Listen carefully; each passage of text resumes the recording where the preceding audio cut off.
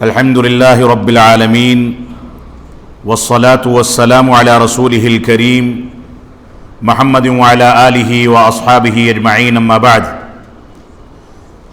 أعوذ بالله من الشيطان الرجيم بسم الله الرحمن الرحيم يا أيها الناس إن وعد الله حق فلا تغرنكم الحياة الدنيا ولا يغرنكم بالله الغرور۔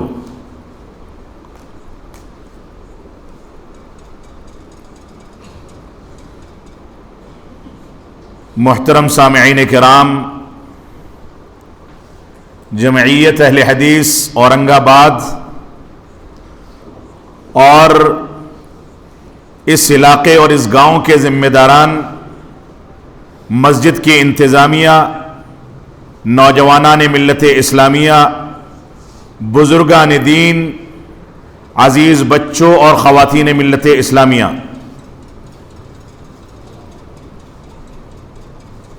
آج کے دور کا سب سے بڑا المیہ یہ ہے کہ ہم قرآن و سنت کو، قرآن و سنت کی تعلیم کو، قرآن مجید کے احکام و مسائل کو اور رسول اکرم صلی اللہ علیہ وسلم کی تعلیمات کو اپنی ضرورت کے لحاظ سے استعمال کرتے ہیں، اور جہاں اس کی ضرورت نہیں ہوتی ہے وہاں اس کو نظر انداز کر دیا جاتا ہے۔ یعنی ایک انتہائی درجے کی غفلت جس کا آج کے دور میں ہر مسلمان شکار ہے، اور اس گاؤں سے متعلق جیسا کہ مجھ کو علم ہوا ہے کہ یہاں کے نوجوانوں میں بھی دینداری کے تعلق سے انتہائی غفلت موجود ہے۔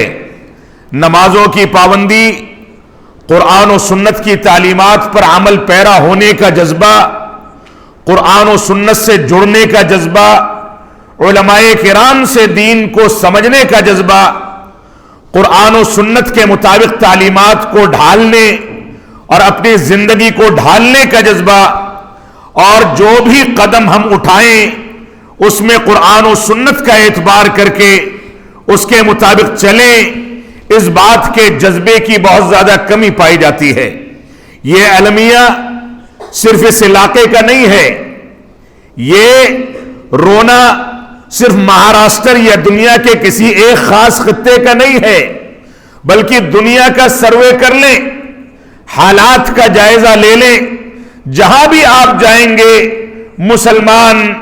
روتا بلکتا، سسکتا اور اپنے حالات پر روتا ہوا نظر آتا ہے۔ اللہ رب العالمین کا فرمان ہے وَمَا أَصَابَكُم مِّن مُّصِيبَةٍ فَبِمَا كَسَبَتْ أَيْدِيكُمْ وَيَعْفُو عَن كَثِيرٍ، کہ تم کو جو کچھ مشکلات لاحق ہوتی ہیں، مصیبتیں لاحق ہوتی ہیں، یہ تمہارے اپنے کرتوتوں کا نتیجہ ہے۔ اللہ رب العالمین نے تم کو چلنے والا انسان بنایا، اللہ رب العالمین نے تم کو سننے کی صلاحیتیں دی، اللہ رب العالمین نے تم کو دیکھنے کے لیے آنکھیں عطا فرمائی، اللہ رب العالمین نے تم کو سوچنے سمجھنے کے لیے دل و دماغ دیا، اللہ رب العالمین نے تم کو یہ شعور عطا فرمایا کہ گاڑیاں کیسے چلتی ہیں، سفر کیسے کیا جاتا ہے، لین دین کیسے کرنی چاہیے، تجارت میں ترقی کیسے ہوتی ہے، لوگوں سے معاملات کیسے ہوتے ہیں، شادی بیاہ کا معاملات کیسے ہوتے ہیں، یہ سارا کا سارا شعور اللہ رب العالمین نے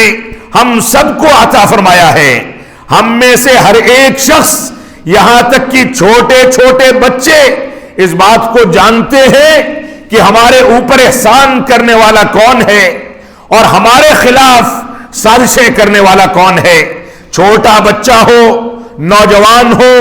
ادھیڑ عمری میں پہنچ جانے والا شخص ہو یا بڑھاپے کو پہنچ جانے والا شخص ہو، ہر شخص کو یہ شعور موجود ہے کہ ہمیں گھر کے لیے بہو تلاش کرنی ہے تو کون سے خاندان میں جائیں، کہاں پر خوبصورت لڑکیاں ہیں، کہاں پر مال و دولت والے رشتے ہیں، کہاں پر اونچے خاندان بستے ہیں،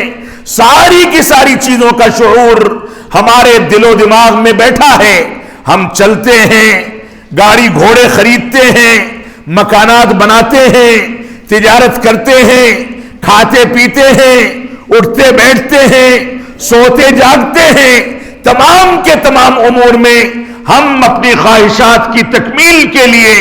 اپنی خواہشات کو مکمل کرنے کے لیے ساری تدابیر اختیار کرتے ہیں۔ ہمارے گھرانے کا باتھ روم کتنا بڑا ہونا چاہیے، ہمارا بیڈ روم کس سائز کا ہونا چاہیے، اے سی کہاں لگایا جائے، روشن دان کہاں بنایا جائے،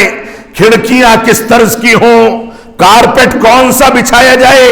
گاڑیاں کون سی سواری کے لیے خریدی جائیں، رشتہ داریاں کہاں کی جائیں، بچوں کو کون سے اسکول میں داخل کیا جائے، کس جگہ پر ان کو لے جایا جائے کہ ان کا دوا علاج آرام کے ساتھ کون سے اسپتال میں ہو سکتا ہے۔ ہماری ساری تدابیر دنیا کے اندر مال و دولت کی تنگی کے باوجود ساری تدابیر میں ہماری کوشش یہ ہوتی ہے کہ ہم بہتر سے بہتر فیصلے لیں، بہتر سے بہتر سامان کا استعمال کریں، اونچے سے اونچے وسائل کو اختیار کریں۔ باپ بیمار ہو جائے، بیٹا بیمار ہو جائے، ماں بیمار ہو جائے، بچے بیمار ہو جائیں تو کون سا ڈاکٹر ہے جو اچھا علاج کرتا ہے، چاہے پیسہ کتنا بھی لے لے؟ کون سا اسپتال ہے جہاں جا کر کے ہم اس کو بھرتی کرائیں گے تو واپسی کی امیدیں ہوں گی، وہاں بہتر علاج ملے گا، اچھے ڈاکٹر ملیں گے؟ یہ ساری کی ساری تدابیر ہماری زندگی میں A1 کلاس کی ہوتی ہیں۔ ہم مال و دولت خرچ کرنے کے لیے تیار ہیں، ہمارے سامنے دنیا کے سارے چیلنجز ہیں اور سارے چیلنجز کو قبول کر کے ہم عیش و عشرت کی ساری تدابیر اختیار کرتے ہیں، سارے وسائل اختیار کرتے ہیں۔ لیکن اگر ہم چوکتے ہیں تو رب کائنات کے احکامات کو منتخب کرنے میں، اگر ہم چوکتے ہیں تو دین اسلام کی تعلیمات کے انتخاب میں، اگر ہم چوکتے ہیں تو قرآن و سنت کے مسائل میں نمازیں اس طرح سے ادا کر لی جائیں کہ فریضہ ادا ہو جائے، نوافل کا اہتمام ہو سکے نہ ہو سکے، اللہ رب العالمین نے ہم کو جس انداز کی زندگی گزارنے کا حکم دیا ہے اس کا اہتمام ہو سکے یا نہ ہو سکے، لیکن دینداری ہمارے گھر کی لونڈی بن کر کے رہے، ہم جیسے چاہیں ویسے مسائل دریافت کریں، علماء کرام کے مزاج کے لحاظ سے فتوے میں، سوالات پوچھنے میں علماء کرام کا انتخاب کریں کہ کون نرمی کے ساتھ ہم کو فتویٰ دے گا، کون نرمی کے ساتھ تعامل کرے گا، اور کون ایسا ہے جو دو ٹوک بات کر کے ہمارا کان پکڑ لے گا کہ آئندہ ایسا کام نہ کرنا، ایسا قدم نہ اٹھانا۔ ہم دین کو اپنے گھر کی لونڈی بنا کر کے چلتے ہیں، آخرت کی جواب دہی کا تصور اور دنیا کو آخرت کے مد مقابل ہیچ اور کمتر اور بالکل بیکار سمجھنا یہ مسلمان کی ذمہ داری ہے۔ لیکن ہم نے دنیا کو سب کچھ سمجھ لیا، آخرت پر ہمارا عقیدہ، ہمارا ایمان جو کچھ بھی ہو، ہم آخرت کے بارے میں پرواہ نہیں کرتے۔ ہم کو یہ جواب دہی اور یہ تصور لے کر کے چلنا چاہیے کہ ہم کو دنیا میں جو اعمال انجام دینے کی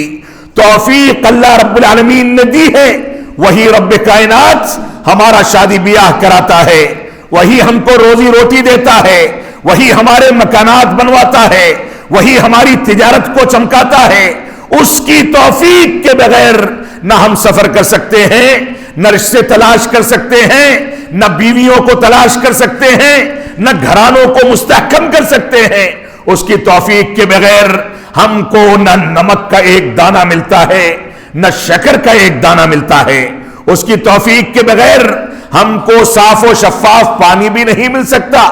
اس کی توفیق کے بغیر نہ ہم بول سکتے ہیں، نہ سن سکتے ہیں، نہ دیکھ سکتے ہیں، نہ سوچ سکتے ہیں۔ اس کی توفیق کے بغیر ہمارے یہ ہاتھ کسی چیز کو پکڑنے کے قابل نہیں بن سکتے۔ اس کی توفیق کے بغیر ہمارے یہ پیر چلنے کے قابل نہیں بن سکتے۔ اس کی توفیق کے بغیر ہماری یہ نگاہیں دیکھنے کے قابل نہیں بن سکتی۔ اس کی توفیق کے بغیر ہمارے یہ کان سننے کے قابل نہیں ہو سکتے، اس کی توفیق کے بغیر ہمارا یہ دل اور ہمارا یہ دماغ اللہ رب العالمین کو پہچاننے سے، دنیا میں اچھائی اور برائی کی تمیز کرنے سے، دنیا میں ترقی کرنے سے، دنیا میں تجارت میں آگے بڑھنے سے، مال و دولت کمانے سے، رشتہ داریاں کرنے سے یکسر محروم ہے، مکمل طریقے سے محروم ہے۔ ہم رب کائنات کی توفیق کے بغیر ایک قدم بھی نہیں ہلا سکتے۔ جنگلات میں سوکھ کر کے گر جانے والے پتے اللہ کی مرضی کے بغیر درخت سے ٹوٹ کر کے نہیں گرتے، ہم اس حقیقت سے واقف ہیں۔ تو آخر ہمارے یہاں یہ غفلت اور دنیا کی زندگی میں، دنیا کی رنگینیوں میں مست و مگن ہو کر کے زندگی گزارنے کی یہ سپیڈ اور یہ جذبہ کہاں سے پیدا ہو گیا؟ آخر ایک کافر میں، ایک جانور میں، ایک ناشکر شخص میں اور ایک مسلمان میں، ایک قرآن و سنت کے حامل میں، ایک توحید کے متوالے میں، اتباع رسول کے دعوے دار میں اگر یہ فرق نہ ہو سکے تو ایسی صورت میں ہم چلتے پھرتے مردہ ہیں۔ ہمارے کانوں کے بارے میں، ہماری آنکھوں کے بارے میں، ہمارے پیروں کے بارے میں، ہمارے ہاتھوں کے بارے میں، ہمارے دل و دماغ کے بارے میں قیامت کے دن اللہ رب العالمین سوال کرے گا۔ اور اللہ رب العالمین نے فرمایا کہ اگر ان چیزوں کی مسئولیت کا مکمل احساس ہمارے اندر موجود ہے تو ہم کامیاب ہو سکتے ہیں، دنیا میں بھی، آخرت میں بھی۔ اور اگر ہم ان چیزوں سے عبرت حاصل کر کے نہیں چلے تو اللہ رب العالمین نے فرمایا اولئک کالانعام بل ہم اضل، کہ یہ لوگ جانوروں کے طرح سے ہیں۔ جانور کو یہ نہیں پتا ہوتا کہ پیشاب پاخانہ کہاں کرنا ہے، جانور یہ نہیں جانتا کہ آج دوپہر میں کھانا کہاں سے ملے گا، جانور کو یہ بھی پتا نہیں ہوتا کہ رات میں اس کا مسکن کہاں ہے، سونا کہاں ہے، بیدار کہاں ہونا ہے، پانی کہاں دستیاب ہوتا ہے، کھانا کہاں دستیاب ہوتا ہے۔ وہ بغیر عقل و شعور کی مخلوق اس سے مشابہت دے کر کے انسانوں کو اللہ رب العالمین نے اس تعبیر کے ساتھ جھجھوڑ دیا ہے کہ یہ لوگ جو دل و دماغ کا، آنکھ اور کان اور ناک کا، اپنے اعضائے انسانی کا، اللہ رب العالمین کی نعمتوں کا، اللہ رب العالمین کی دولتوں کا، اللہ رب العالمین کی رحمتوں کا، اللہ رب العالمین نے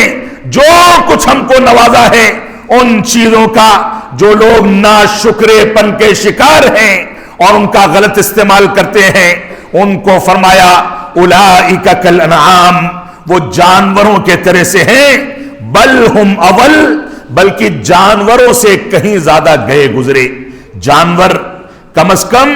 غیر اللہ کے آگے اپنے سر کو نہیں جھکاتا، جانور جا کر کے درگاہوں پہ سجدے اور سجادہ نشینوں سے تعویذ گنڈے نہیں بدواتا، جانور نکل کر کے راستے میں چلتے ہوئے شراب نوشی، بیڑی سگریٹ اور غلط چیزوں کو انجام نہیں دیتا، لیکن یہ انسان اگر عقل و شعور رکھتے ہوئے نمازیں چھوڑ سکتا ہے، سمجھ اور فہم رکھتے ہوئے بیڑی سگریٹ کے حرام ہونے کے باوجود ان چیزوں کا عادی بن سکتا ہے، عقل و شعور رکھتے ہوئے، یہ جانتے ہوئے کہ نشہ آور چیزوں سے اس کا گردہ، اس کا دل و دماغ، اس کا جسم سارا تباہ و برباد ہو جائے گا، اس کے باوجود ان چیزوں کو استعمال کر سکتا ہے، تو یقیناً یہ جانور سے کہیں زیادہ گیا گزرا ہے۔ اس وجہ سے ہماری ذمہ داری ہے کہ ہم قرآن و سنت کی روشنی میں اپنی زندگی کی ترجیحات، زندگی کے اعمال، زندگی میں جو کچھ دستور ہم نے اختیار کیا ہے ان چیزوں کو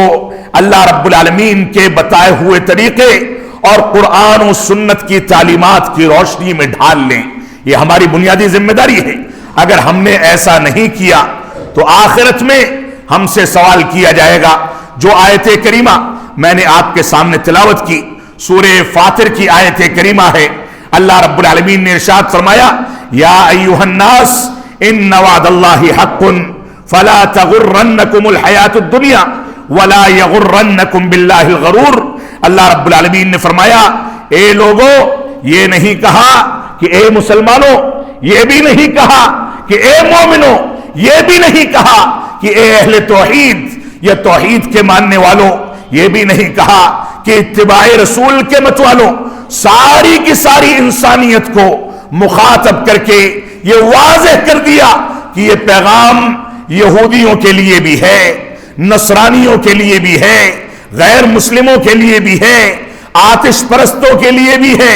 اللہ رب العالمین کا انکار کرنے والوں کے لیے بھی ہے، اور اللہ رب العالمین نے واضح کر دیا کہ یہ پیغام اس جماعت کے لیے بھی ہے جو توحید کی دعوے دار ہے، جو اتباع رسول کی دعوے دار ہے۔ یہ پیغام ان مسلمانوں کے لیے بھی ہے جو قرآن و سنت کے حامل ہیں، ان مسلمانوں کے لیے بھی ہے جو قرآن و سنت پر عمل پیرا ہوتے ہیں، ان مسلمانوں کے لیے بھی ہے جو نمازوں کی پابندی کرتے ہیں، قرآن و سنت کی پیروی کرتے ہیں۔ پوری انسانیت کے لیے اللہ رب العالمین نے پیغام دیتے ہوئے انسانیت کو،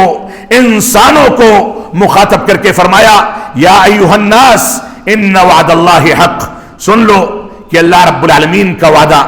قیامت کے قیام کا وعدہ، تمہارے حساب و کتاب کا وعدہ، قبر کے اندر سوالات کیے جانے کا وعدہ، اچھوں کو اچھا بدلہ دینے اور بروں کو جہنم رسید کرنے کا وعدہ، اچھوں کو ان کی اچھائی کی بنیاد پر ترقی دینے، ان کے روشن مستقبل کو یقینی بنانے کا وعدہ، اور برائی کی بنیاد پر زندگی گزارنے والوں کے لیے دنیا میں اور آخرت میں تاریکی کا وعدہ، جہنم رسید کرنے کا وعدہ، عذاب قبر کا وعدہ۔ یہ سارے کے سارے وعدے مسلم ہیں، برحق ہیں۔ کوئی بھی انسان ایسا نہیں ہے چاہے وہ یہ وصیت کر دے کہ میں نے اعمال صالحہ انجام نہیں دیے، مجھ کو دفنایا نہ جائے کیونکہ قبر میں فرشتے آئیں گے، تو کیا جواب دوں گا؟ کوئی یہ وصیت کر دے کہ مجھ کو کوٹ کر کے پیس کر کے مٹی میں ملا دیا جائے، کوئی یہ کہہ دے کہ مجھ کو جلا کر کے میری راکھ کو بہا دیا جائے، کہیں بھی کوئی راہ فرار نہیں ہے۔ جو روح نکلی ہے، جو جسم ہے، جس جسم کو اللہ رب العالمین ایک حقیر اور گھناؤنے پانی سے پیدا کر سکتا ہے، جس پانی کو دیکھ کر کے ہم گھن محسوس کرتے ہیں، شرمگاہوں سے نکلنے والا پانی، شرمگاہوں میں داخل ہو کر کے بچے کی شکل اختیار کرنے والا پانی، پہلے خون کا لوتھڑا، پھر گوشت کا لوتھڑا، اور اس کے بعد ہڈیاں، اور اس کے بعد روح، اور ان ساری کی ساری چیزوں سے مرحلے کے لحاظ سے وجود پاتا ہوا ایک گود بھرنے والا بچہ جو نہ بول سکتا ہے، نہ بول سکتا ہے، نہ اپنی خواہشات کا اظہار کر سکتا ہے، نہ ماں باپ کو نام لے کر کے پکار سکتا ہے، نہ بیٹھ سکتا ہے، نہ چل سکتا ہے، نہ اٹھ کر کے اپنے پلنگ پر کسی انداز سے بیٹھ سکتا ہے، وہ بچہ پیدا ہو کر کے تمہارے سامنے آئے گا۔ تو اللہ رب العالمین نے فرمایا یہ سارے کے سارے مراحل، یہ ساری کی ساری نعمتیں یہ اللہ رب العالمین نے تم کو عطا فرمائی ہیں۔ لہذا اللہ رب العالمین کا وعدہ جو تمہارے وجود سے لے کر کے تمہارے موت تک کا وعدہ ہے، اور موت کے بعد کے دور کا وعدہ ہے، یہ سارے کے سارے وعدے برحق ہیں، نافذ ہونے والے ہیں، ان میں کسی کے ساتھ کوئی رعایت نہیں ہے۔ کوئی نبی بن کر کے آیا ہو، کوئی عالم دین ہو، کوئی صحابی رسول ہو، کوئی تابعی رسول ہو، کوئی بڑے سے بڑا محدث ہو، لیکن اس مرحلے سے تو سب کو گزرنا ہے۔ موت تو سب پر واقع ہوگی، اور سب سے قبر میں سوال و جواب کیے جائیں گے، سب کے سامنے آخرت کے حقائق آئیں گے۔ یہ ایک الگ مسئلہ ہے کہ کچھ معاملات میں دستور مختلف ہو سکتا ہے، لیکن انسانیت کو، جناتوں کو جس مقصد کے لیے اس دنیا میں پیدا کیا گیا، اس مقصد کی تکمیل نہ کرنے والے آخرکار اللہ رب العالمین کے مواخذے میں آئیں گے۔ تو اللہ رب العالمین نے فرمایا اے لوگو، اللہ رب العالمین کا وعدہ برحق ہے، اس میں کسی انداز کی کوئی ڈھیل، کسی انداز کی راہ فرار کسی کو دستیاب نہیں ہے، کوئی ممکن ہی نہیں ہے کہ اس سے بھاگ کھڑا ہو اور بچ جائے۔ اللہ رب العالمین جو انسان کو حقیر پانی کے ذریعے پیدا کر سکتا ہے، وہ قبر میں دوبارہ بیدار کر سکتا ہے، جو قبر میں سلنے اور گلنے کے بعد دوبارہ سے انسان کو میدان محشر میں اٹھا سکتا ہے، وہ ہر چیز پر قادر ہے۔ تو اللہ رب العالمین نے فرمایا کہ اللہ رب العالمین کا وعدہ برحق ہے، فَلَا تَغُرَّنَّكُمُ الْحَيَاةُ الدُّنْيَا، اے لوگوں سن لو کہ دنیاوی زندگی تم کو دھوکے میں نہ ڈال دے، دنیاوی زندگی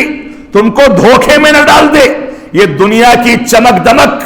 دنیا کے اندر پیسہ کمانا، بینک بیلنس بنانا، انسان اپنے پڑوسی کی شادی کو دیکھتا ہے کہ اس نے 10 لاکھ روپے خرچ کیے ہیں، بچے ضد کرتے ہیں کہ ابا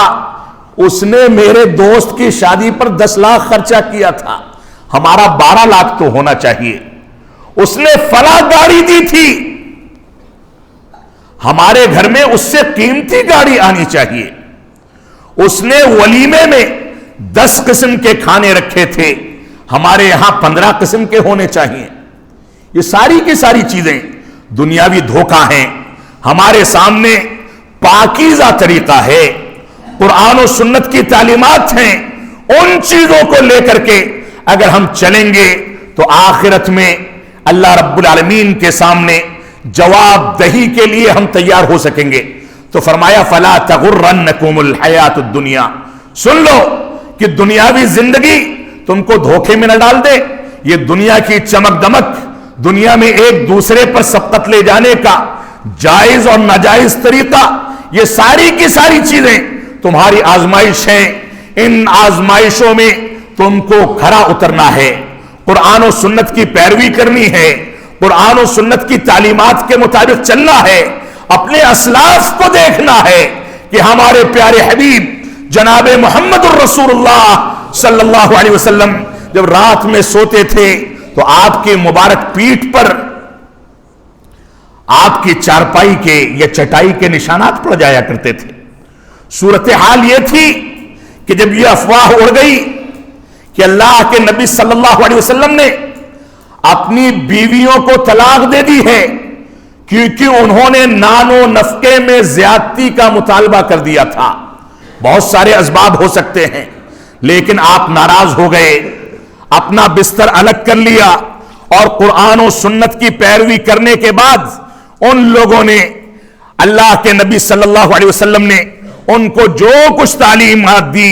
ان کے مطابق آپ زندگی گزارتے رہے۔ تو اللہ کے نبی صلی اللہ علیہ وسلم کو عمر بن خطاب رضی اللہ تعالیٰ عنہ نے دیکھا کہ آپ اپنے گھر کے اندر آرام، مسجد نبوی میں آرام فرما رہے ہیں، آرام فرماتے فرماتے جب یہ جا کر کے دروازہ کھٹکھٹاتے ہیں، اجازت ملتی ہے، اندر دیکھتے ہیں تو کیا دیکھتے ہیں کہ وہ نبی آخر الزماں،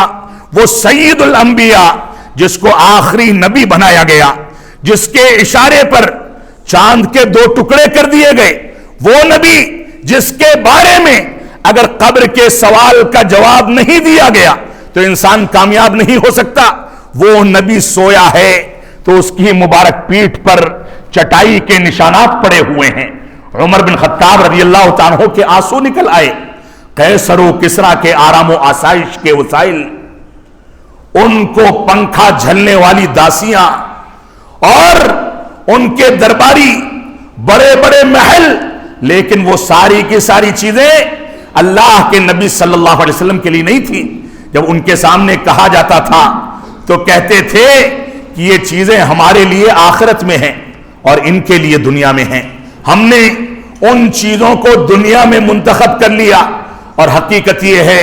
کہ بہت خدشہ ہے کہ ہم آخرت میں ان چیزوں سے محروم کر دیے جائیں۔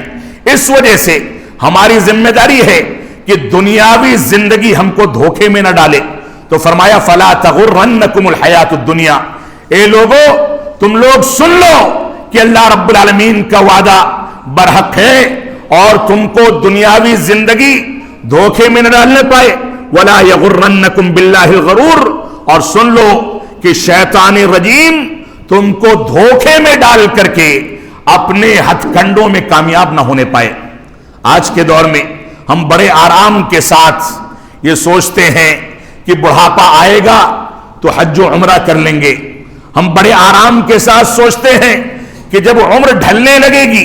اور پیر قبر میں لٹکنے لگیں گے، تب بچوں کے حقوق ادا کر دیے جائیں گے، نمازوں کی پابندی کر لی جائے گی، اور شیطان کہتا ہے کہ ابھی تو عمر پڑی ہے، ابھی تو زندگی پڑی ہے، عیش و آرام کر لو، جب بڑھاپا آئے گا تو عبادت کر لینا۔ کس کو پتا ہے کرونا کال میں بالخصوص اور دوسرے ایام میں کہ انسان بچپنے سے اٹھ کر کے جوانی تک بھی جا سکے گا کہ نہیں جا سکے گا۔ ہماری ذمہ داری ہے کہ ہم اللہ کے نبی صلی اللہ علیہ وسلم کے جو تصور تھا، جو طریقہ تھا، آپ نے دنیا کا جو تصور پیش کیا ہے، اس کے مطابق زندگی گزاریں۔ ابن عمر رضی اللہ تعالیٰ عنہما فرماتے تھے، اللہ کے نبی صلی اللہ علیہ وسلم سے روایت کرتے ہوئے، ابو داؤد کی روایت ہے کہ اللہ کے نبی صلی اللہ علیہ وسلم نے فرمایا، کن فی الدنیا کأنک غریب، اے لوگو دنیا میں اس طریقے کی زندگی گزارو کہ گویا اجنبیت کی زندگی گزار رہے ہو، ایسی زندگی جس میں تم کسی کو نہیں جانتے، تنہائی کی زندگی ہے، اجنبیوں کی زندگی ہے، تم کہیں سے گزرتے ہو کوئی شناسا نہیں ہے، جو ہے اجنبی ہے۔ جب شناسا کوئی نہیں ہوتا تو انسان بڑے احتیاط کے ساتھ رختے سفر باندھتا ہے، بڑے احتیاط کے ساتھ زندگی گزارتا ہے، اس کے یہاں دنیا کی چمک دمک کا کوئی معنی نہیں ہوتا، وہ دنیا میں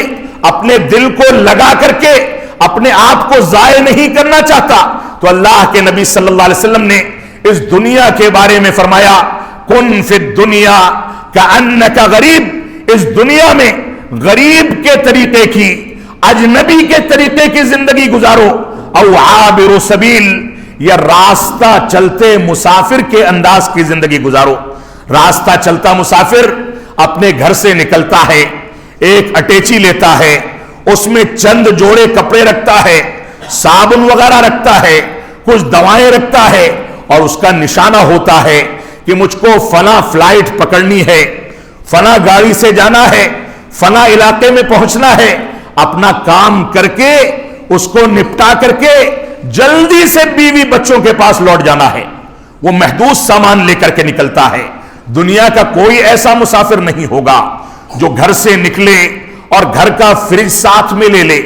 کوئی ایسا مسافر نہیں ہوگا جو گھر سے نکلے اور اپنا اے سی ڈھو کر کے ساتھ میں لے جائے، کوئی مسافر ایسا نہیں ہوگا جو اپنے بیڈ کو، اپنے سونے کے بستر کو، ان ساری کی ساری چیزوں کو لے کر کے چلتا ہو، کوئی ایسا مسافر نہیں ہوگا جو قیمتی سامان کو لے کر کے سفر کرتا ہو کہ کہیں راستے میں ڈاکہ پڑ جائے، چوری ہو جائے تو اس کو نقصان اٹھانا پڑے۔ تو فرمایا او عابر سبیل، راستہ چلتے مسافر کے طریقے کی محدود زندگی گزارو۔ اور ابن عمر رضی اللہ تعالیٰ عنہما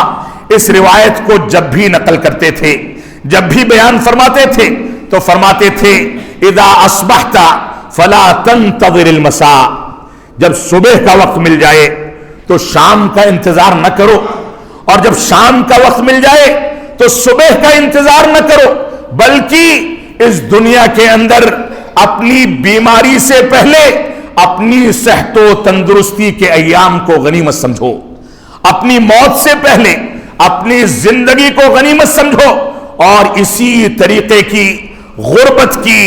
اجنبیت کی، راستہ چلتے مسافر کے طریقے کی زندگی گزار کر کے اس دنیا سے رخصت ہو جاؤ۔ معاف فرمائیں گے، کیا ہم نے اپنی زندگی کی یہ تعبیر پیش کی ہے؟ کیا ہم ہر صبح یہ سوچتے ہیں کہ پتہ نہیں شام ملے نہ ملے؟ ہر شام کو کیا ہم یہ سوچتے ہیں، غور و تدبر کرتے ہیں کہ پتہ نہیں سویرا ہو یا نہ ہو، صبح کی نعمتیں حاصل ہو نہ ہو؟ اور میں قسم کھا کر کے کہہ سکتا ہوں، میں اس دعوے میں جھوٹا ثابت نہیں ہوں گا، جو لوگ یہاں پر موجود ہیں، میں بذات خود آپ کے سامنے موجود ہوں، نہ میں ضمانت دے سکتا ہوں نہ آپ ضمانت دے سکتے ہیں کہ جس عیش و آرام کے ساتھ خوشی خوشی آپ مسکراتے ہوئے اپنے گھروں سے نکلے ہیں کہ تقریر سننی ہے، کوئی ضمانت نہیں دے سکتا کہ اسی تاب اور آب کے ساتھ آپ گھر کو واپس پہنچ پائیں گے۔ اگر موت مقدر ہے تو یہاں سے نکلے، سامنے کوئی گاڑی مار دے اور دیکھتے دیکھتے 5-10 منٹ کے اندر انسان دنیا سے رخصت ہو جائے. یہ ہماری زندگی کی حقیقت ہے. انسان کی زندگی پانی کا بلبلہ ہے. پانی میں اٹھتا ہے، رکتا نہیں ہے، پھوٹ جاتا ہے، پھر نکلتا ہے، رکتا نہیں ہے، پھوٹ جاتا ہے. تو ہم کو صبح ملنے کے بعد شام کا انتظار نہیں کرنا ہے. شام کا وقت نصیب ہو جائے تو صبح کا انتظار نہیں کرنا ہے. اور اللہ کی قسم اگر کوئی ایسی زندگی گزارے تو یہ مسجدیں ویران نہیں ہوں گی. کوئی ایسی زندگی گزارے تو اللہ کی توحید کے متوالے کبھی ناکام نہیں ہوں گے. کوئی ایسی زندگی گزارے تو مسلمان ایسی غلامی کی زندگی گزارنے پر مجبور نہیں کیا جائے گا. اگر کوئی ایسی زندگی گزارے تو مسلمان کبھی بھی صلاۃ فجر سے یا دوسری نمازوں سے غیر حاضر نہیں ہوگا. اگر کوئی ایسی زندگی گزارے گا تو کوئی مسلمان تلاوت کلام پاک کے لیے، لمبے چوڑے قیام کے لیے، قرآن مجید کو سننے کے لیے رمضان کا انتظار نہیں کرے گا کہ رمضان آئے گا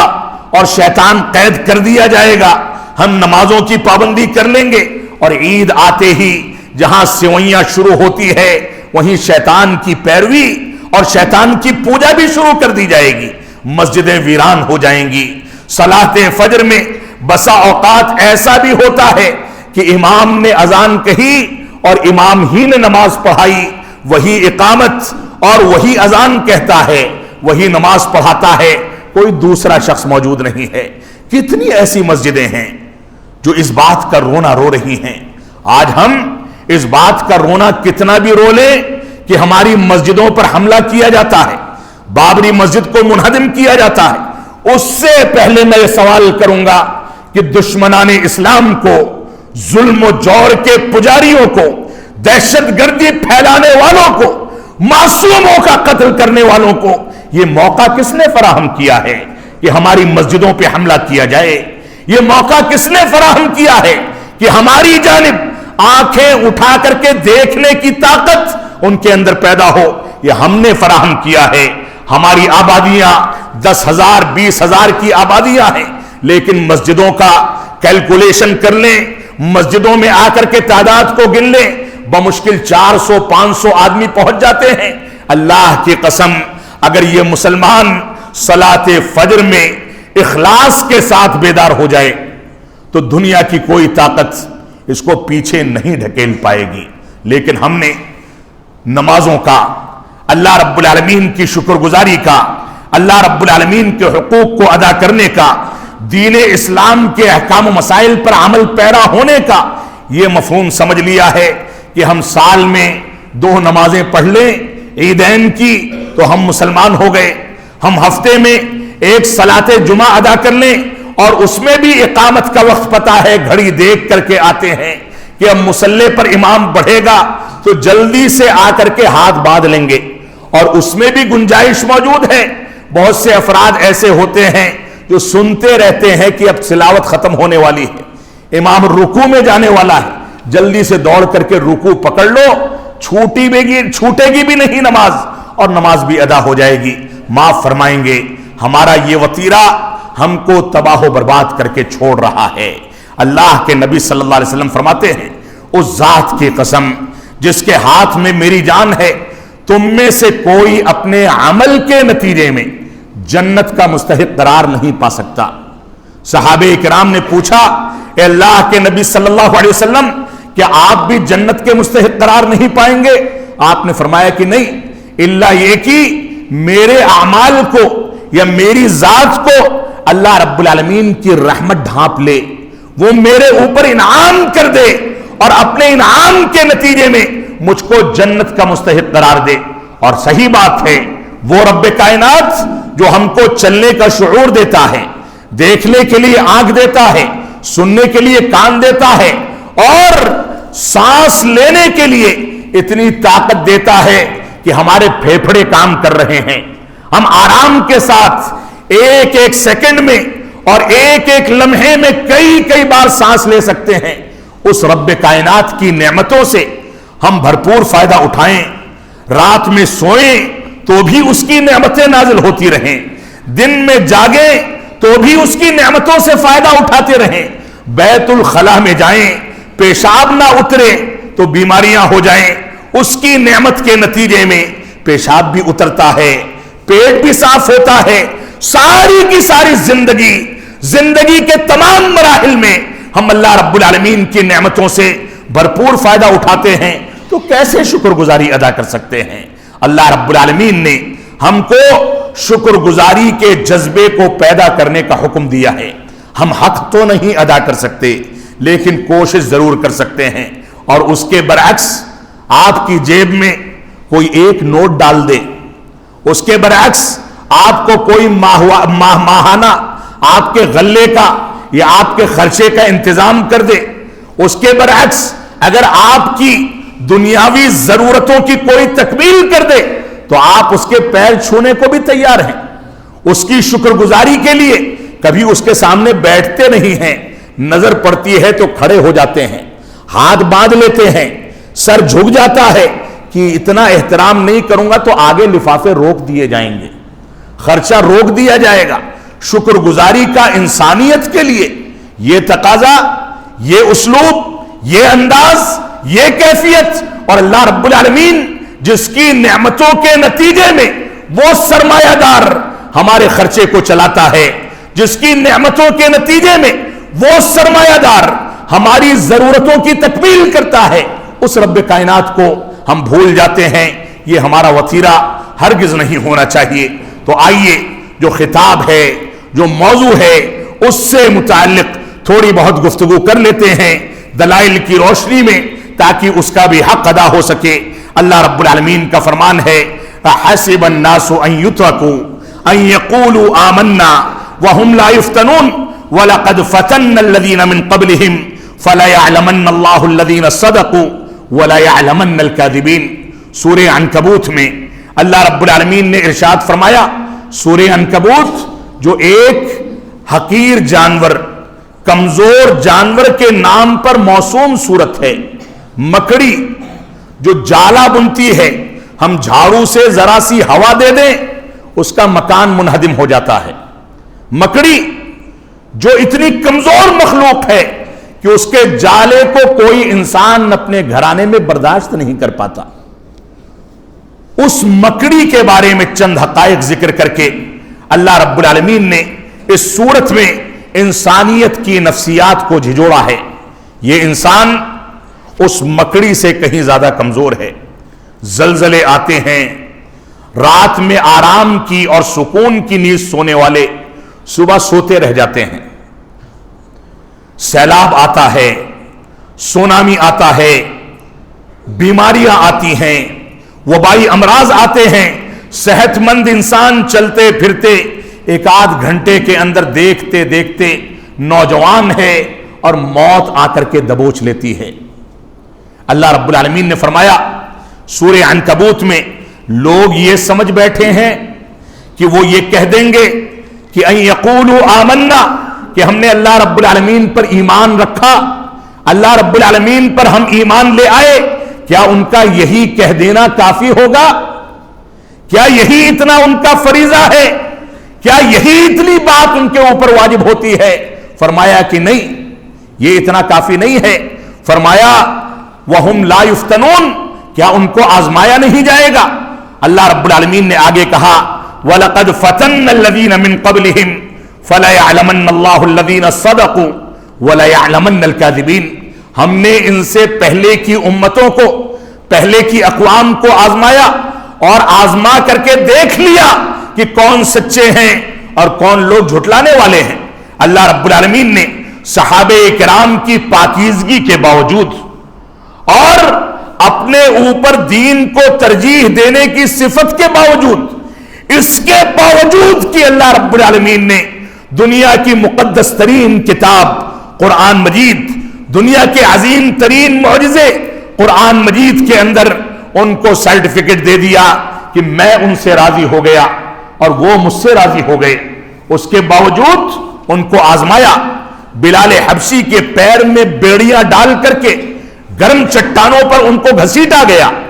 آل یاسر کے ساتھ جو سلوک کیا گیا وہ ہمارے سامنے ہے۔ اللہ کے نبی صلی اللہ علیہ وسلم کو تباہ کیا گیا، آپ کو ستایا گیا، آپ کی مبارک پیٹھ پر اوجھڑیاں ڈالی گئیں، شعب ابی طالب میں آپ کو قید کیا گیا، طائف میں لہو لہان کیا گیا، آپ کے خلاف سازشیں ہوئیں، آپ کو زہر دیا گیا، آپ پر جادو ٹونا کیا گیا۔ یہ سارے کے سارے حقائق تھے، یہ آزمائشیں تھیں۔ وہ متبرک شخصیتیں، وہ پاکیزہ شخصیتیں اللہ رب العالمین کے دین پر سمجھوتا کرنے والی، سستی اور کاہلی کرنے والی نہیں تھی، لیکن ان لوگوں نے دین کی سچائی کا اعلان کیا، اس بنیاد پر ان کو آزمایا گیا۔ آج ہمارے ساتھ دین کے سارے وسائل بآسانی اختیار کرنے کے امکانات ہیں، ہم آرام سے اذان کہتے ہیں، آرام سے اقامت کہتے ہیں، آرام سے نمازیں قائم ہوتی ہیں، کوئی نہیں روکتا ہمارے گھروں کے دروازوں پر کھڑے ہو کر کے کہ آپ فجر کے وقت نکل کر کے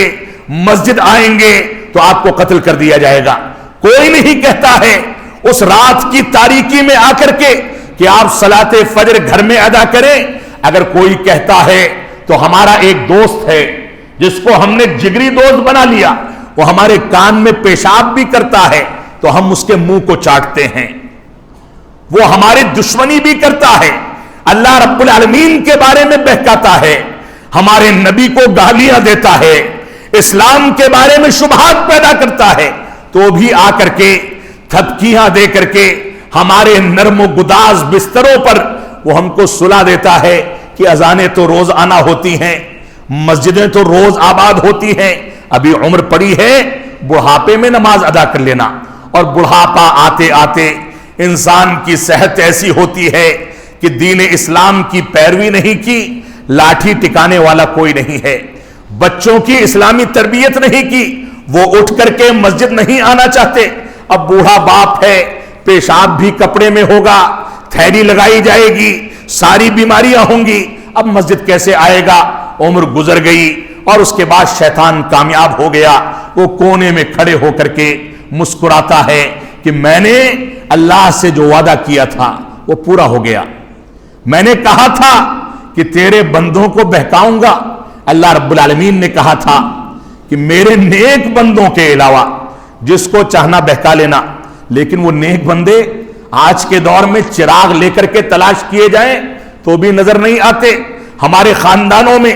ایک بزرگ ہے جس نے بزرگی میں نماز پڑھنی شروع کی ہے، وہی نمازی ہے، وہی روزے دار ہے، وہی حج بیت اللہ کا اہتمام کرتا ہے، وہی صدقات و خیرات کرتا ہے، اور اس کے علاوہ سارے کے سارے لوگ سوئے پڑے رہتے ہیں۔ کیا ان لوگوں کے بارے میں اس بزرگ شخص سے سوال نہیں کیا جائے گا؟ قیامت میں یہ نہیں پوچھا جائے گا کہ تم کو مسئول بنایا گیا تھا تمہاری بیوی کا، تم کو ذمہ دار بنایا گیا تھا تمہارے بچوں کا، تم کو ذمہ دار بنایا گیا تھا تمہارے ماتحتوں کا، تو ان کو نمازی کیوں نہیں بنایا؟ ان کو تلاوت کلام پاک پر کیوں نہیں ابھارا؟ یہ سارے کے سارے سوالات قیامت کے دن کیے جائیں گے، ہم اس سے غافل ہیں۔ یہ غفلت کی زندگی ہماری تباہی کا سامان ہے۔ تو اللہ رب العالمین نے فرمایا لوگ یہ سمجھ بیٹھے ہیں کہ ایمان لانے کا اعلان کریں گے اور اس کے بعد ان کو آزمایا نہیں جائے گا۔ ہم نے پہلے کے لوگوں کو آزمایا، جو لوگ سچائی کے ساتھ آزمائش میں کھرے اترے، ہم نے ان کو اپنا بندہ تسلیم کر لیا، نیک اور صالح قرار دیے گئے، متقی اور پرہیزگار بتائے گئے۔ اور جن لوگوں نے تکذیب کر دی، قرآن و سنت کا انکار کر دیا، چاہے انکار ان کی زبان سے صراحت کے ساتھ ہوا ہو یا انکار بے عملی کے ساتھ احکام و مسائل جانتے ہوئے سستی اور کاہلی کے نتیجے میں دین سے دوری کی بنیاد پر ہوا ہو، ان لوگوں نے اگر انکار کیا تو ان کو دنیا میں بھی تباہ کیا گیا، غلامی پر مجبور کیا گیا، کمزور و لاچار بنایا گیا، عزت و وقار کھو بیٹھے، ذلیل و خوار کر دیے گئے، اور آخرت میں تباہی جو اتنی خطرناک ہے کہ اس کا تصور بھی ہم نہیں کر سکتے، اس کا اندازہ بھی ہم نہیں لگا سکتے۔ تو اللہ رب العالمین نے سورہ عنکبوت کی 2 اور 3 نمبر آیت میں یہ واضح کر دیا کہ انسانوں کے لیے ایمان لانا، مسلمان ہو جانا، اسلام کا دعویٰ کر لینا، عبداللہ عبد الرحمن نام رکھ لینا، کسی مسلم خاندان میں پیدا ہو جانا، یہ بتا دینا کہ ہمارے گھروں میں جب گھسو گے تو سامنے کتبہ لگا ہوگا کہ یہ مسلمان کا گھرانہ ہے، یہ کافی نہیں ہے۔ تمہاری ذمہ داری ہے کہ تم دین کی تمام تعلیمات پر، تمام احکام و مسائل پر کھرے اترو۔ اللہ رب العالمین کا فرمان ہے، دنیاوی زندگی کو مثال دے کر کے اللہ رب العالمین نے سورہ انعام میں ارشاد فرمایا، وَمَا الْحَيَاةُ الدُّنْيَا إِلَّا لَعِبٌ وَلَهُ وَلَلدَّارُ الْآخِرَةُ خَيْرٌ لِلَّذِينَ يَتَّقُونَ أَفَلَا تَعْقِلُونَ۔ اللہ رب العالمین نے فرمایا یہ دنیاوی زندگی یہ کھیل کود کا سامان ہے، یہ دنیاوی زندگی لہو و لعب کا سامان ہے، یہ دنیاوی زندگی کھیل کود میں گزر جانے والی زندگی ہے، یہ دنیاوی زندگی ہمیشہ رہنے والی زندگی نہیں ہے کہ تم اسی میں مست و مگن ہو کر کے اپنی آخرت کو تباہ کر لو۔ فرمایا یہ دنیاوی زندگی لہو و لعب کا سامان ہے، اور آخرت کی زندگی، آخرت کا گھر، آخرت کا جو معاملہ ہے، اللہ رب العالمین نے فرمایا وہی بہتر ہے ان لوگوں کے لیے جو لوگ تقوی اختیار کرتے ہیں، اور ان لوگوں کے لیے جو لوگ اللہ رب العالمین کا خوف و خشیت اپنے دلوں میں رکھتے ہیں، کوئی بھی قدم اٹھاتے ہیں تو وہ کام کرنے سے پہلے سوچ لیتے ہیں کہ اللہ کو کیا جواب دیں گے۔ وہ کام کرنے سے پہلے ذہن میں یہ بات بیٹھانے کی کوشش کرتے ہیں کہ آخرت میں اس کے بارے میں ہم سے سوال کیا جائے گا، وہاں کون سا جواب بن پڑے گا، یہ سوچ کر کے کوئی کام انجام دیتے ہیں۔ تو اللہ رب العالمین نے فرمایا افلا تعقلون، تم غور و تدبر کیوں نہیں کرتے، تم سوچتے کیوں نہیں کہ یہ دنیا کی چند لمحوں کی زندگی دھوکے کا سامان تم کو دھوکے میں نہ ڈال دے، بلکہ آخرت کی تیاری کر کے تم دنیا کی زندگی کو محدود کر کے ایک مسکین، ایک غریب اور ایک راستہ چلتے مسافر کے مانند زندگی اختیار کرو اور اس دنیا سے ایسے ہی رخصت ہو جاؤ۔ اللہ رب العالمین کا فرمان ہے سورہ عنکبوت میں، اللہ رب العالمین نے فرمایا وَمَا هَذِهِ الْحَيَاةُ الدُّنْيَا إِلَّا لَهْوٌ وَلَعِبٌ وَإِنَّ الدَّارَ الْآخِرَةَ لَهِيَ الْحَيَوَانُ لَوْ كَانُوا يَعْلَمُونَ۔ اللہ رب العالمین نے فرمایا کہ اے لوگو سن لو، یہ دنیا لہو و لعب ہے، کھیل کود کا سامان ہے، زیب و زینت کا سامان ہے، دنیا کی چمک دمک کو دیکھ کر کے تم دھوکے میں نہ پڑ جانا۔ وَإِنَّ الدَّارَ الْآخِرَةَ لَهِيَ الْحَيَوَانُ، اور فرمایا آخرت کی زندگی یہ دائمی زندگی ہے، مستقل ملنے والی زندگی ہے، جس کی انتہا نہیں ہے، وہاں موت واقع نہیں ہوگی۔ ایک بھیڑ کی شکل میں موت کو لایا جائے گا اور ذبح کر دیا جائے گا تاکہ یہ ثابت کر دیا جائے کہ جو جنتی ہیں وہ ہمیشہ جنت میں رہیں گے، جو جہنمی ہیں اگر انہوں نے شرک اور کفر پر زندگی گزاری تھی تو وہ ہمیشہ جہنم میں رہیں گے، اور اس کے بعد کسی کو موت واقع ہونے والی نہیں ہے۔ وہاں انسان بلک اٹھے گا، عذاب کی کیفیت دیکھ کر کے تلملا اٹھے گا اور خواہش کرے گا کہ کاش مجھ کو دنیا میں لوٹا دیا جاتا، میں اعمال کو انجام دیتا، خواہش کرے گا کہ کاش مجھ کو موت واقع ہو جاتی اور میں اس مصیبت والی زندگی سے نجات پا جاتا۔ لیکن وہاں پہنچنے کے بعد نہ دنیا میں لوٹنے کا امکان ہوگا، وہاں پہنچنے کے بعد نہ موت کا امکان ہوگا، ہم نے جو کچھ دنیا میں بویا ہوگا اسی کو آخرت میں کاٹیں گے۔ اس وجہ سے یہ دنیا جو آخرت کی کھیتی ہے، آخرت کی کمائی کا ذریعہ ہے، یہاں پر ہم اپنی زندگی کو پاکیزہ بنا لیں اور اس کو صحیح طریقے سے پاکیزہ زندگی بنا کر کے گزاریں، تبھی ہم کو آخرت میں کامیابی مل سکتی ہے۔ اللہ رب العالمین نے ایک دوسری جگہ سورۃ الرعد میں ارشاد فرمایا اللہ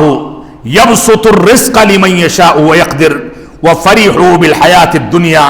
وما الحیاۃ الدنیا فی الآخرۃ الا متاع۔ اللہ رب العالمین فرماتا ہے کہ اللہ رب العالمین جس کی روزی چاہتا ہے اس کی روزی کو بڑھا دیتا ہے اور جس کی روزی کو چاہتا ہے گھٹا دیتا ہے، کمی واقع کر دیتا ہے. اور اس کے بعد فرمایا وَفَرِحُوا بِالْحَيَاةِ الدُّنْيَا، یہ لوگ اتنے نادان ہیں کہ دنیاوی زندگی میں مست و مگن ہیں، اسی سے خوش ہیں. دنیا میں، دنیا کی چمک دمک میں ایسی زندگی گزارتے ہیں کہ گویا ان کو دوسری زندگی کا، دائمی زندگی کا، آخرت کی زندگی کا کوئی تصور ان کے دل و دماغ میں ہو ہی نہ. وہ دوبارہ ایسا لگتا ہے کہ اٹھائے ہی نہیں جائیں گے. اللہ رب العالمین نے فرمایا وَفَرِحُوا بِالْحَيَاةِ الدُّنْيَا، یہ دنیاوی زندگی میں مست و مگن ہیں، خوش و خرم ہیں. وَمَا الْحَيَاةُ الدُّنْيَا إِلَّا مَتَاعٌ وَمَا الْحَيَاةُ الدُّنْيَا فِي الْآخِرَةِ إِلَّا مَتَاعٌ، فرمایا کہ دنیاوی زندگی آخرت کے مد مقابل ایک حقیر پونجی ہے، حقیر پونجی ہے. اس دنیا کی کوئی حیثیت نہیں ہے. اس دنیا کے اندر جو زندگی مل جائے اس کو پاکیزگی کے ساتھ قرآن و سنت کی پیروی کرتے ہوئے گزار دو. اللہ رب العالمین ایک اور جگہ پر ارشاد فرماتا ہے وَاعْلَمُوا أَنَّمَا الْحَيَاةُ الدُّنْيَا لَعِبٌ وَلَهْوٌ وَزِينَةٌ وَتَفَاخُرٌ بَيْنَكُمْ وَتَكَاثُرٌ فِي الْأَمْوَالِ وَالْأَوْلَادِ كَمَثَلِ غَيْثٍ أَعْجَبَ الْكُفَّارَ نَبَاتُهُ ثُمَّ يَهِيجُ فَتَرَاهُ مُصْفَرًّا. اللہ رب العالمین نے مزید وضاحت کے ساتھ دنیا کی مثال دیتے ہوئے ارشاد فرمایا اے لوگو اس بات کو سمجھ لو کہ یہ دنیاوی زندگی کھیل کود کا سامان ہے، زیب و زینت کا سامان ہے. یہ دنیاوی زندگی 2 پیسے کا کھلونا ہے جس کو بچہ لیتا ہے توڑ کر کے پھینک دیتا ہے. یہ دنیاوی زندگی صرف تھوڑی دیر کی چمک دمک ہے، یہ ختم ہونے والی ہے. فرمایا یہ دنیاوی زندگی دھوکے کا سامان ہے، لہو و لعب ہے، زیب و زینت ہے، ایک دوسرے پر فخر کرنے کا ذریعہ ہے. وہ اتنا مالدار ہے، میں اتنا مالدار ہوں، وہ اتنے روپے میٹر کا کپڑا پہنتا ہے، میں اتنا قیمتی کپڑا پہنتا ہوں، وہ فلاں گاڑی پر چلتا ہے، میں فلاں گاڑی پر چلتا ہوں. ایک دوسرے پر فخر و مباحات کرنے کا ذریعہ ہے. اس نے ولیمے میں، بچے کی شادی بیاہ میں ایسا رشتہ کیا، اتنا خرچہ کیا. اس نے دینی امور میں بھی اگر دینیات اور دعوت و تبلیغ کا فریضہ انجام دیا تو کیمرے اس انداز کے لگائے، اسٹیج ایسا بنایا، اتنی لائٹیں لگائیں، اتنی چمک دمک ہے. کیمرے کے سامنے جانے سے پہلے اس کا میک اپ کیا جاتا ہے، اس کو زیب و زینت کر کے سجایا جاتا ہے. ایسا لگتا ہے کوئی دلہن ہے جس کو منصب پر پیش کر کے کہیں لے جا کر کے پھینک دینا ہے. یہ صورتحال ہے. یہ دنیاوی زیب و زینت، فخر و مباحات کے ذریعے، اور یہ ساری کی ساری چیزیں دنیاوی دھوکہ ہیں، دنیاوی زندگی کے دھوکے کے سامان ہیں. وَفِي الْآخِرَةِ، اور اس کے بعد فرمایا اللہ رب العالمین نے وَتَكَاثُرٌ فِي الْأَمْوَالِ وَالْأَوْلَادِ، اور مال و دولت میں اور بچوں کی زندگی میں ایک دوسرے پر کثرت اختیار کر لینا، اور اسی طریقے سے ایک دوسرے پر آگے بڑھ جانا، اس کے علاوہ دنیاوی زندگی کچھ بھی نہیں ہے. اور فرمایا آخر میں کَمَثَلِ غَيْثٍ أَعْجَبَ الْكُفَّارِ، اس دنیا کی مثال اس تیز آنے والی بارش کی طریقے سے ہے. جب بارش آتی ہے تو کسان خوش ہو جاتا ہے، کسان خوشی سے بیگانہ ہو جاتا ہے کہ میری کھیتی کو تو پانی مل جائے گا، یہ لہلہانے لگے گی، اس میں بہترین بالیاں آئیں گی، بہترین قسم کا غلہ اگے گا، میرا مال و دولت اس بار زیادہ بابرکت ہوگا، مارکیٹ میں اس کی قیمت زیادہ لگے گی، میرا سال آرام سے گزر جائے گا. اللہ رب العالمین نے فرمایا اس دنیا کی مثال ویسے ہی بارش کے طریقے سے ہے. جیسے بارش آتی ہے تو کسان خوش ہو جاتا ہے، اور خوش ہو کر کے وہ دیکھتا ہے کہ اس کا غلہ، اس کو امید ہو جاتی ہے کہ اس کی کھیتی باڑی چمکنے لگے گی، آرام کے ساتھ اگ جائے گی، زیادہ محنت نہیں کرنی پڑے گی. ثم یہیج فتراہ مصفرا، اور اس کے بعد دیکھتے دیکھتے وہ بالیاں سوکھنے لگتی ہیں.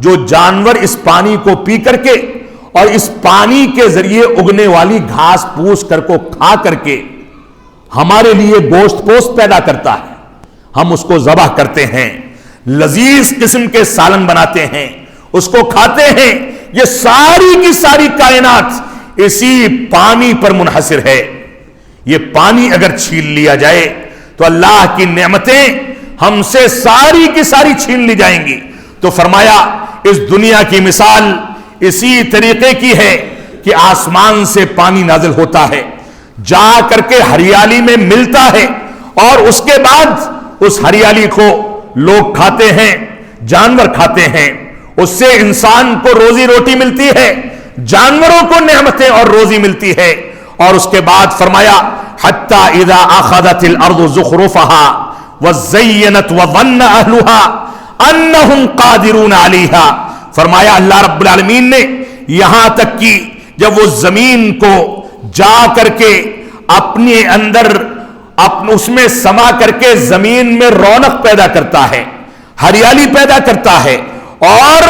پورا حصہ اس کو مل جاتا ہے زمین کے زیب و زینت کا، اس کے بعد فرمایا وَظَنَّ أَهْلُهَا، اس زمین کا مالک، کھیتی باڑی کرنے والا، اس پراپرٹی کا مالک، اس باغ کا مالک، ان جانوروں کا مالک، اس پانی کا کاروبار کرنے والا، ان پانی کے نزول کے بعد میڑ بنا کر کے کھیتی باڑی کو سینچنے والا، دنیا کے اندر ترقی یافتہ دور میں نل کا لگانے والے، موٹر گاڑنے والے، بورنگ کرنے والے، بجلی جیسی ترقی یافتہ شکل کے ذریعے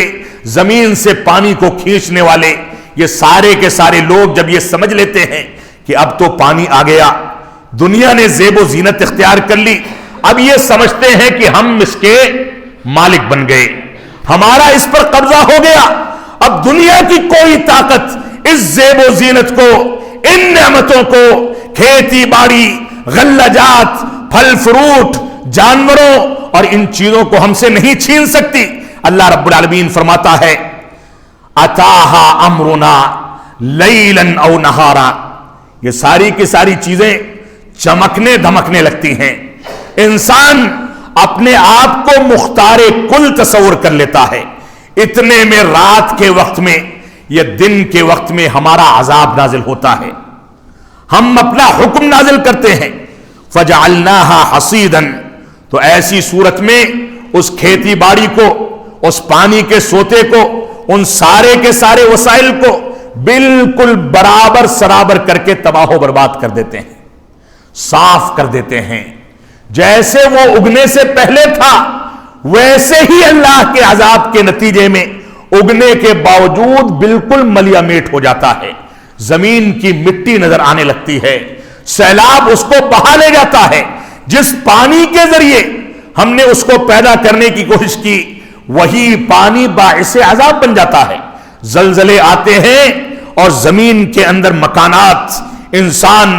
جانور، ساری کی ساری نعمتیں دھسا دی جاتی ہیں۔ اللہ رب العالمین نے فرمایا کہ اتاہا امرنا لیلا او نہارا، کہ ہمارا حکم رات کے وقت یا دن کے وقت نازل ہوتا ہے اور ہم اس کو صاف و شفاف کر دیتے ہیں، اور بالکل گویا ایسا لگتا ہے کہ کل وہاں پر کوئی چیز تھی ہی نہیں، بالکل صاف میدان، ساری کی ساری نعمتیں غائب ہو جاتی ہیں، غلے جات بہ جاتے ہیں، وہ بالکل صاف ہو جاتا ہے۔ کذالک نفصل الآیات لقوم یتفکرون، اللہ رب العالمین نے فرمایا ہم اسی طریقے سے غور و فکر کرنے والوں کے لیے تفصیلی نشانیوں کا تذکرہ کرتے ہیں تاکہ وہ عبرت حاصل کر سکیں، دنیا کو سب کچھ نہ سمجھ لیں بلکہ دنیا کو دھوکے کا سامان سمجھیں اور اس کے لحاظ سے زندگی گزاریں۔ اس دنیا کے اندر ہر وہ انسان جو قرآن و سنت کے مطابق زندگی نہیں گزارتا وہ خسارہ اٹھانے والا ہے، گھاٹا اٹھانے والا ہے۔ اللہ رب العالمین کا فرمان ہے والعصر ان الانسان لفی خسر الا الذین آمنوا وعملوا الصالحات وتواصوا بالحق وتواصوا بالصبر۔ اے لوگو سن لو، اللہ رب العالمین نے قسم کھا کر کے ارشاد فرمایا رب کائنات جو سب سے زیادہ سچی بات کرنے والا ہے، جس کی بات دنیا کی باتوں میں سب سے زیادہ سچائی والی بات ہوتی ہے، وہ قسم نہ کھائے تو بھی ہم کو یقین ہے، وہ قسم کھائے بغیر کوئی بات کہہ دے تو بھی ہم کو یقین ہے، ہم اس پر پورا اعتماد رکھتے ہیں، لیکن اس کے باوجود اللہ رب العالمین نے آگے آنے والی باتوں کی عظمت اور اس کی اہمیت کی وجہ سے قسم کھا کر کے ارشاد فرمایا والعصر، قسم ہے زمانے کی، وہ زمانہ جس زمانے میں تم قرآن و سنت کی مخالفت کرتے ہو، وہ زمانہ جس زمانے میں تم شادی بیاہ کر کے اپنے گھروں کی نسلوں کو بڑھاتے ہو، اللہ رب العالمین نے اس کے قاعدے بنائے، ضابطے بنائے، نئی نسل کی اسلامی تربیت کا حکم دیا، لیکن ان سارے کے سارے اصول و ضوابط کو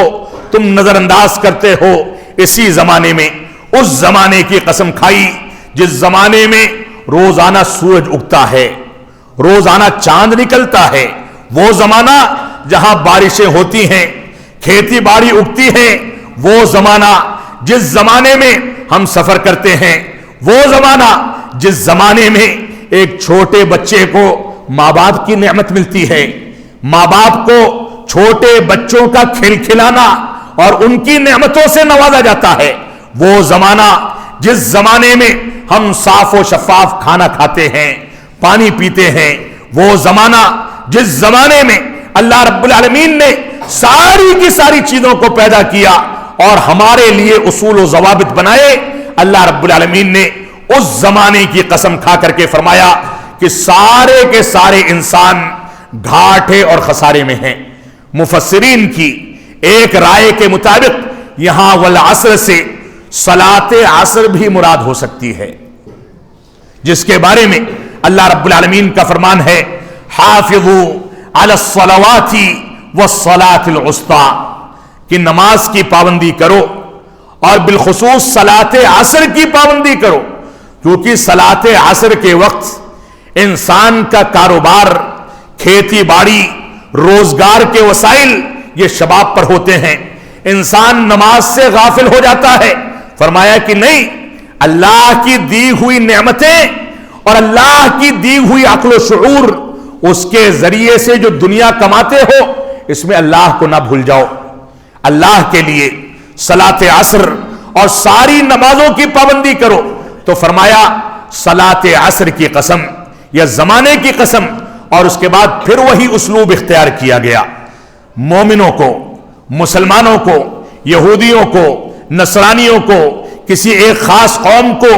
عربوں کو یا صرف عجم کو، صرف غیر عربوں کو مخاطب نہیں کیا گیا، صرف مردوں کو نہیں، صرف خواتین کو نہیں، صرف بچوں کو نہیں، صرف نوجوانوں کو نہیں، بلکہ جو بھی انسان ہیں، وہ انسان چاہے لنگڑا لوڑا ہو،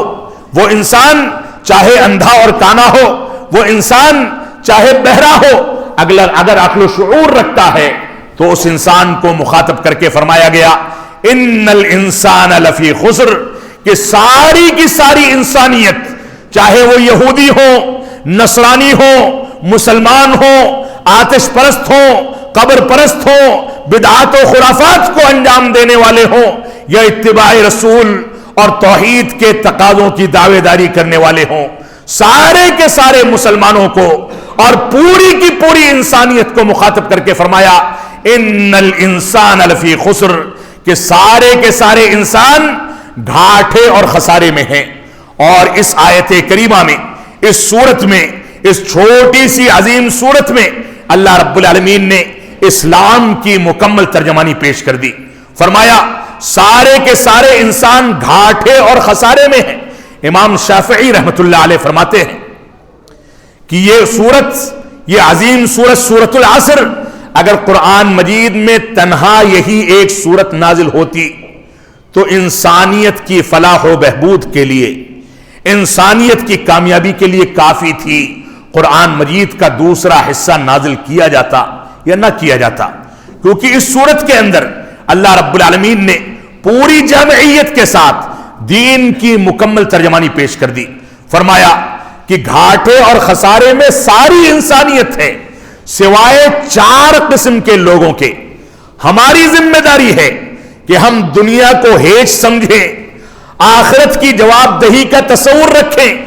آخرت میں اللہ رب العالمین کے سامنے ہم کو پیش ہونا ہے،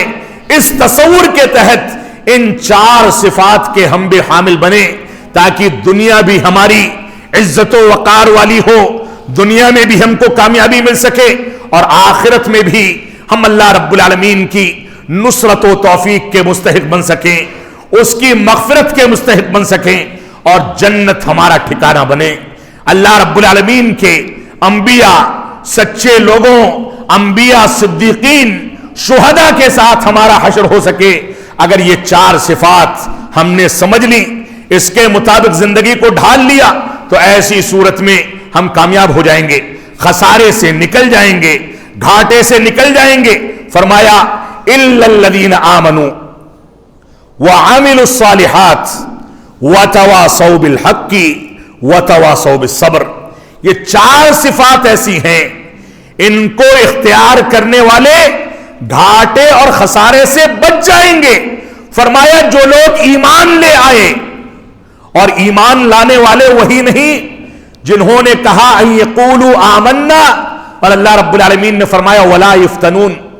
کہ ایمان لانے کا دعویٰ کرنے کے بعد ان کو آزمایا نہیں جائے گا۔ ایمان بھی لائیں اور ایمان کے تقاضوں کی تکمیل بھی کریں، اللہ رب العالمین پر ایمان لائیں، اللہ کے فرشتوں پر ایمان لائیں، اللہ کی کتابوں پر ایمان لائیں، اور اسی طریقے سے اللہ کے نبیوں پر ایمان لائیں، تقدیر کے اچھے اور برے ہونے پر ایمان لائیں، اور ایمان لانے میں وہ اپنے دل سے ایمان کی تصدیق کریں، اپنی زبان سے ایمان کا اقرار کریں، اور اپنے اعضاء و جوارح سے، اپنے جسم اور اللہ کی نعمتوں کے ذریعے ایمان کے تقاضوں پر عمل پیرا ہو جائیں۔ یہ ایمان کے بنیادی ارکان ہیں، ان کے بغیر ہمارا ایمان مکمل نہیں ہو سکتا۔ ایک انسان اللہ رب العالمین کو اپنا مولائے حقیقی سمجھتا ہے، دل سے یقین رکھتا ہے، زبان سے اقرار کرتا ہے، لیکن عمل نہیں کرتا، وہ ناقص الایمان ہے۔ ایک انسان جو اعمال میں کہیں زیادہ گیا گزرا ہو گیا، نمازیں جان بوجھ کر کے چھوڑنے لگا، تو وہ اسلام سے خارج ہو جائے گا۔ اس وجہ سے ایمان لانا ہے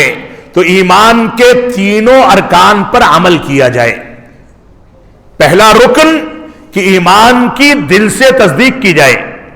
دوسرا رکن کہ ایمان کا زبان سے اقرار کیا جائے۔ چوری چھپے مسلمان بن جانا کمال نہیں ہے، لوگوں کے سامنے اس کا تذکرہ کرنا، لوگوں کے سامنے اس کا اقرار کرنا، اس کا اعلان کرنا، یہ بھی مسلمانوں کی ذمہ داری ہے۔ اور جو لوگ اس کے خلاف چلتے ہیں ان سے براءت کا اظہار کرنا، یہ بھی ایمان کا جز ہے۔ اور عمل بالارکان، اعضاء و جوارح کے ذریعے ایمانیات کے تقاضوں پر عمل کرنا، یہ بھی ایمان کا حصہ ہے۔ تو اللہ رب العالمین نے فرمایا تمام ارکان ایمان پر، ایمان کے تقاضوں، ایمان کے ارکان کی تکمیل کرتے ہوئے وہ لوگ ایمان لاتے ہیں تو گھاٹے اور خسارے سے باہر ہیں۔ لیکن صرف ایمان لانا کافی نہیں ہے، اگرچہ ایمان میں اعمال صالحہ داخل ہیں، مزید تاکید کی گئی وَعَامِلُوا الصَّالِحَاتِ، وہ ایمان لانے کے ساتھ ساتھ اعمال صالحہ کو انجام دیتے ہیں، نمازیں قائم کرتے ہیں، با جماعت نماز ادا کرتے ہیں، مسجدوں کو آباد کرتے ہیں، صدقات و خیرات کرتے ہیں، زکوٰۃ کے مال میں غریبوں کے حق کی ادائیگی کرتے ہیں، حج بیت اللہ جب واجب ہو جاتا ہے تو بڑھاپے کا انتظار نہیں کرتے، بلکہ جا کر کے اپنے مال و دولت کو صرف کر کے حج بیت اللہ کو انجام دیتے ہیں، عمرے کا اہتمام کرتے ہیں، وہ اعمال صالحہ کو انجام دیتے ہیں، وہ بڑوں کا احترام کرتے ہیں، ماں باپ کی خدمت کرتے ہیں، چھوٹوں پر شفقت کرتے ہیں، کسی کی ناقدری نہیں کرتے، اپنی زبان کو جائز چیزوں کے لیے استعمال کرتے ہیں، اپنی نگاہوں کو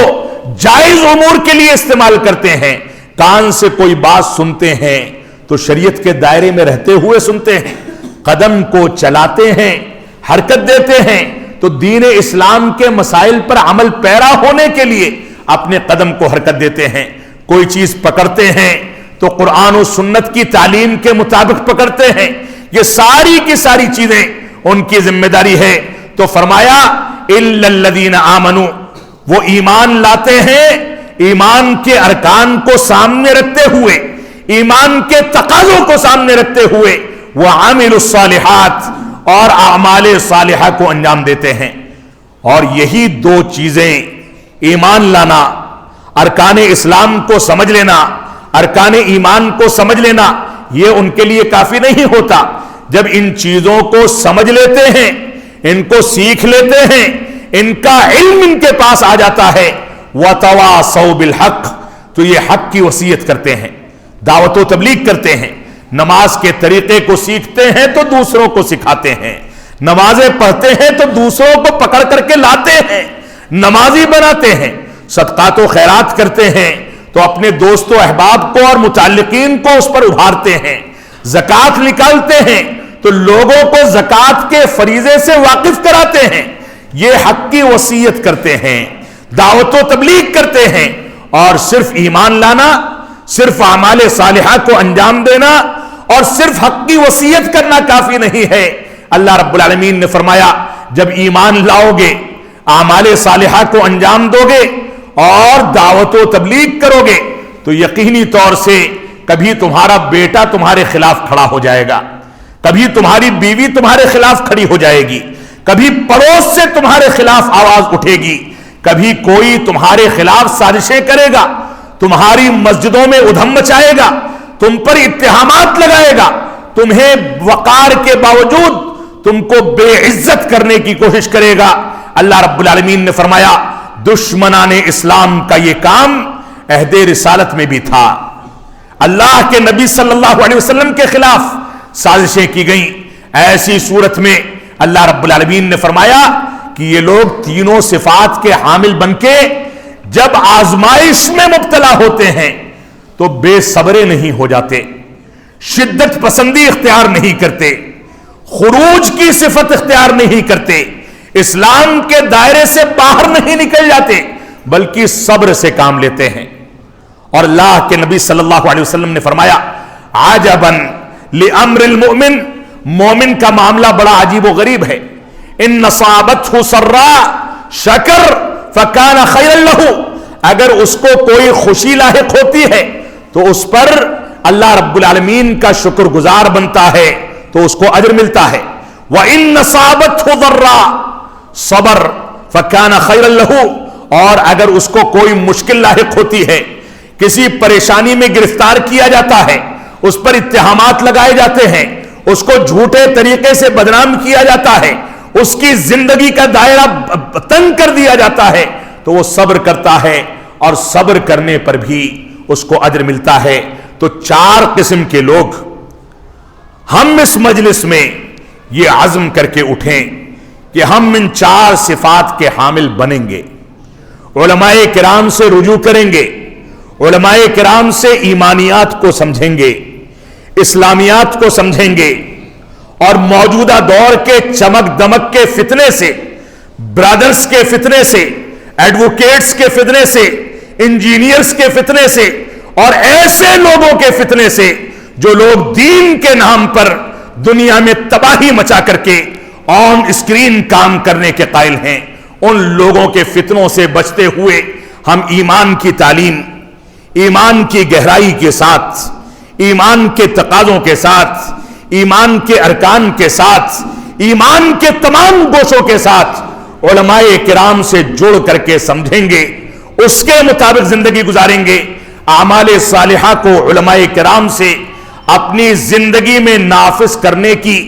گزارش کریں گے، ان سے سیکھیں گے، پریکٹیکل ہوگا، نماز کا طریقہ سیکھیں گے، اعمال صالحہ کو انجام دیں گے، اور یہ عزم بھی کریں گے کہ یہ ساری کی ساری چیزیں اپنے پڑوسیوں کے یہاں، اپنے خاندان والوں کے پاس جو بددین ہیں،